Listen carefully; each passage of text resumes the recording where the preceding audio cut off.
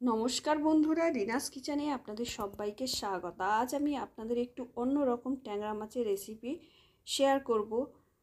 আর এই রেসিপি আমি কিভাবে তৈরি করেছি আর কি কি উপকরণ ব্যবহার করেছি সম্পূর্ণ ভিডিওটা দেখতে থাকুন। প্রথমে একটা বাটিতে আমি খানিকটা জল নিয়েছি আর একটা গোটা বেগুন নিয়েছি। দেখতেই পাচ্ছেন বেগুনের কিন্তু পুরো বোটাটা আমি কেটে বাদ দেব না, বেগুনটাকে বোটা রেখে আমি এইভাবে কেটে নেব। ট্যাংরা মাছ কিন্তু খুবই উপকারী একটি মাছ বন্ধুরা। ট্যাংরা মাছের মধ্যে যে ওমেগা 3টি ফ্যাটি অ্যাসিড আছে তা মস্তিষ্কের বিকাশ ঘটাতে কিন্তু অত্যন্ত সাহায্য করে। ট্যাংরা মাছ খেলে হার্ট ভালো থাকে। আর প্রতি 100 গ্রাম ট্যাংরা মাছের থাকে 106 ক্যালোরির শক্তি। ট্যাংরা মাছ খেলে কিন্তু শরীরে কোলাজেন বৃদ্ধি পায়। আর যাদের চোখের সমস্যা আছে চিকিৎসকরা কিন্তু তাদের ট্যাংরা মাছ খেতে বলেন। তাই এই মাছ খাওয়া কিন্তু খুবই উপকারী। আর এই মাছের একটি আমি দারুণ টেস্টি রেসিপি আপনাদের সঙ্গে শেয়ার করব, আপনারা সম্পূর্ণ ভিডিওটা দেখতে থাকুন। তার জন্য একটা বেগুন আমি দেখতেই পেলেন 4 টুকরো করে কেটে ধুয়ে নিয়েছি। আর ট্যাংরা মাছটা দেখুন কিভাবে পরিষ্কার করবেন। ট্যাংরা মাছটা কিছুক্ষণ 5 থেকে 10 মিনিট একটু খানিকটা লবণ মাখিয়ে রেখে দেবেন। আর যে কোনো প্লাস্টিকের চুবিতে ঘষলেই এই রকম কিন্তু ঝকঝকে হয়ে ট্যাংরা মাছটা পরিষ্কার হয়ে যাবে। দেখতেই পাচ্ছেন আমি কিন্তু প্লাস্টিকের চুবিতে একটু ঘষে নিয়েছি আর ট্যাংরা মাছগুলো একদম পরিষ্কার হয়ে গেছে। আর ডিমগুলো কিন্তু বেরিয়েও যায়নি। একটু সাবধানে ঘষে নিতে হবে, নিয়ে ভালো করে ধুয়ে পরিষ্কার করে নিয়েছি। আর 4টে ট্যাংরা মাছে আমি অল্প পরিমাণে লবণ আর হলুদ মাখিয়ে দিলাম। 4টে ট্যাংরা মাছ কিন্তু আমার 250 গ্রাম ওজন হয়েছে। এবারে ভালো করে লবণ আর হলুদ মাখিয়ে নিতে হবে। ট্যাংরা মাছগুলোকে আস্তে আস্তে মাখাতে হবে, খেয়াল রাখতে হবে ডিমগুলো যাতে বেরিয়ে না যায়। এই সময় কিন্তু বর্ষাকালে ট্যাংরা মাছে কিন্তু প্রচুর ডিম হয় আর এই ডিমটা খেতে কিন্তু খুবই সুস্বাদু। আর এই ট্যাংরা মাছের রেসিপি কিন্তু খেতে দারুণ লাগে। যেমন খেতে সুন্দর তেমন এর সুন্দর গুণও রয়েছে। আর আমি ট্যাংরা মাছের সঙ্গে একই সঙ্গে বেগুনগুলো দেখুন 4 টুকরো বেগুনকেও লবণ আর হলুদ মাখিয়ে নিচ্ছি। এইভাবে ট্যাংরা মাছ একবার রান্না করে দেখবেন, খেতে কিন্তু দারুণ হয়। এবারে বেগুনগুলো আর মাছটাকে আমি ভালো করে লবণ আর হলুদ মাখিয়ে নেব। আর ট্যাংরা মাছ অবশ্যই বাচ্চাদের খাওয়াবেন, বাচ্চা কিংবা বড় সবার ক্ষেত্রে কিন্তু এই মাছ খুবই উপকারী একটা মাছ। আপনারা প্রায়ই চেষ্টা করবেন ট্যাংরা মাছ খাওয়ার। ট্যাংরা মাছগুলো আমি ভালো করে লবণ আর হলুদ মাখিয়ে নিয়েছি। আর ওখানে কড়াই বসিয়ে দিয়ে দিলাম সর্ষের তেল। 3 টেবিল চামচ সর্ষের তেল দিয়েছি। দিয়ে তেলটাকে ভালো করে ছড়িয়ে দিচ্ছি। আর ট্যাংরা মাছ ভাজবেন কিন্তু খুব গুরুত্ব সহকারে। দেখতেই পাচ্ছেন ট্যাংরা মাছটা দিয়েছি আর কেমন বেঁকে যাচ্ছে। এই টেরে বেঁকে যাওয়ার জন্য এটা উল্টিয়ে পাল্টিয়ে দিতে হবে। আর ডিম যেহেতু আছে এটা কিন্তু ফাটবে, তাই একটু দূরে থেকে কিন্তু ট্যাংরা মাছটা ভাজতে হবে। এইভাবে আমি কিন্তু অনেকটাই দূরে থেকে ট্যাংরা মাছটা ছেড়ে দিয়েছি তেলের মধ্যে। আর ফাটছে, দেখুন কিভাবে ফাটছে। আর এই একই সঙ্গে আমি বেগুনটা ভেজে নেব। বেগুনটা দেওয়া মাত্রই কিন্তু ফাটাটা একদমই কমে যাবে। এইভাবে ট্যাংরা মাছের সঙ্গে বেগুন দিয়ে দেবেন, দেখুন ট্যাংরা মাছ খুব একটা ফাটছে না। আর ট্যাংরা মাছ যখন ভাজবেন তার আগে একটু তেল মাখিয়ে নেবেন। লবণ আর হলুদের সঙ্গে একটু তেল মাখিয়ে নিলে ট্যাংরা মাছ কিন্তু খুব একটা ফাটবে না। এইভাবে আমি বেগুন আর ট্যাংরা মাছটাকে ভালো করে ভেজে নেব লাল লাল করে। ট্যাংরা মাছ কিন্তু খুব কড়া করে ভাজবো না। ট্যাংরা মাছটা তুলে নিলাম। খুব কড়া করে ভাজলে কিন্তু ট্যাংরা মাছের ভালো স্বাদ লাগবে না।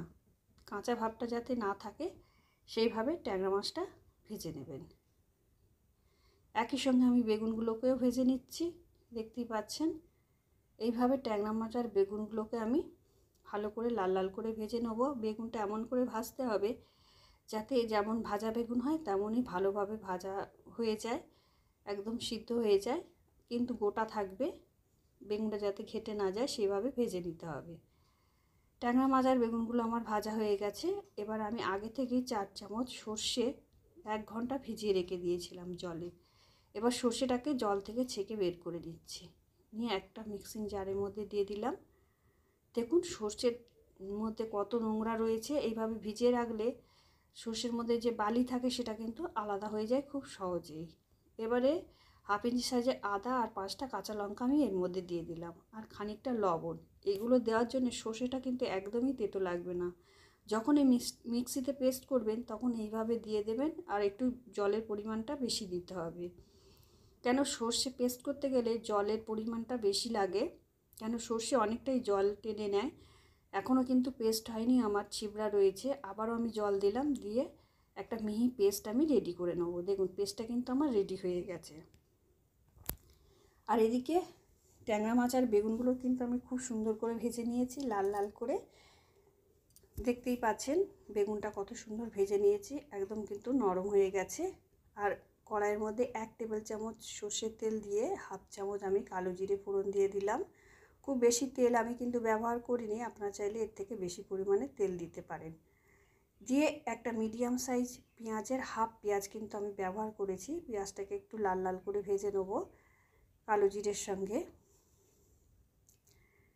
এইভাবে একটু কিছুক্ষণ ভেজে নিয়ে আমি দিয়ে দেবো একটা টমেটো কোচানো। টমেটো কোচানোটা দিয়ে ভালো করে আমি ভেজে নেবো একই সঙ্গে। এইভাবে টমেটোটা কিছুক্ষণ ভেজে নিতে হবে। আপনারা যদি মনে করেন টমেটো দেবেন না তাহলে নাও দিতে পারেন। আর অল্প পরিমাণে লবণ দিয়ে আবার আমি কিছুক্ষণ ভেজে নিচ্ছি যাতে টমেটোটা ঘাটা ঘাটা হয়ে যায়। আর দিয়ে দিলাম একদম অল্প পরিমাণে ধনেপাতার গোড়ার দিকের অংশটা।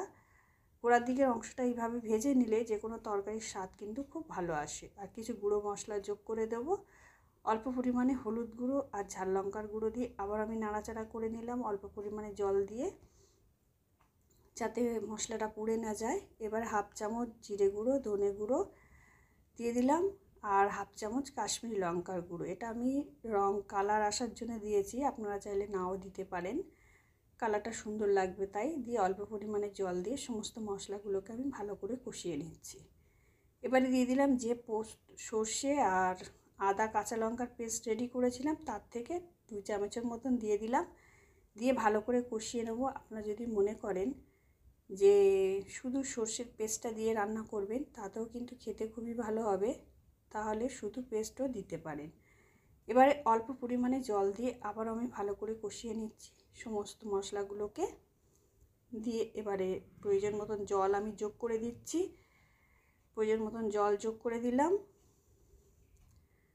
দেখুন তরকারিটা ফুটতে শুরু করেছে। এবারে আমি যে মাছগুলো ভেজে রেখেছিলাম সেগুলো এর মধ্যে দিয়ে দেব। দিয়ে ঢাকা দিয়ে আমি মিনিট 3 মতন লো ফ্লেমে রান্না করে নেব, তাতে মাছটা কিন্তু সিদ্ধ হয়ে যাবে। দেখুন মাছটা কিন্তু আমার অনেকটাই সিদ্ধ হয়ে গেছে।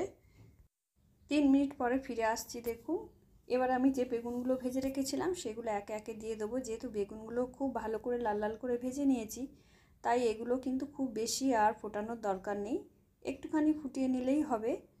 আর অল্প করে ধনেপাতা আমি ছড়িয়ে দিলাম, ধনেপাতা কুচানো দিয়ে ঢাকা দিয়ে 2 থেকে 3 মিনিট রান্না করে নিয়ে ঢাকনাটা খুলে দেবো। দেখতেই পাচ্ছেন রেসিপিটা কত সুন্দর রেডি হয়েছে। বেগুনটাও আর মাছটাও সিদ্ধ হয়ে গেছে। রেসিপিটা ভালো লাগলে অবশ্যই একটা লাইক করবেন আর চ্যানেলটা সাবস্ক্রাইব করে পাশে